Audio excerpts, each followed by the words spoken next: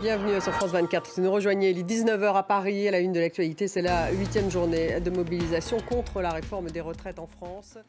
19h10, le débat il sera consacré à cette mobilisation contre la réforme des retraites en France. La 8e, la rue veut toujours faire reculer le gouvernement alors que la commission mixte paritaire s'est réunie aujourd'hui, qu'elle a fini par trouver un accord sur un texte qui sera soumis une nouvelle fois au vote demain, jeudi. Le gouvernement devra-t-il utiliser le 49.3 ou pas? La mobilisation va-t-elle se poursuivre?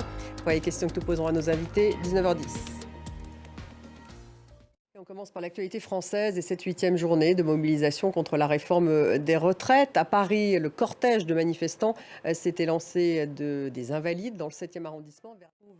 Jade Lévin. Jade Lévin, vous avez été toute la journée avec les manifestants. Dites-nous où en est la mobilisation.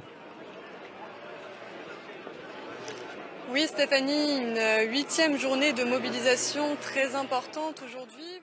Merci Jade. Jade Lévin, donc place d'Italie à Paris.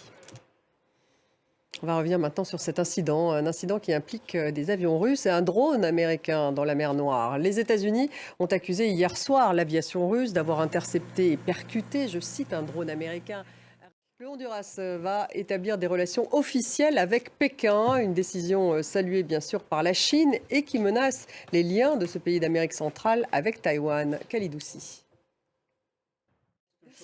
Merci de nous avoir suivis. Restez avec nous tout de suite. Le débat il sera consacré à cette 8e journée de mobilisation contre la réforme des retraites en France avec ce texte de la commission mixte paritaire qui vient d'être adopté. Elle s'est mise d'accord sur un compromis, un texte qui sera voté demain une nouvelle fois à l'Assemblée nationale et au Sénat. Le gouvernement va-t-il devoir utiliser le 49.3 ? Voilà l'une des questions qu'on posera à mes invités. C'est tout de suite.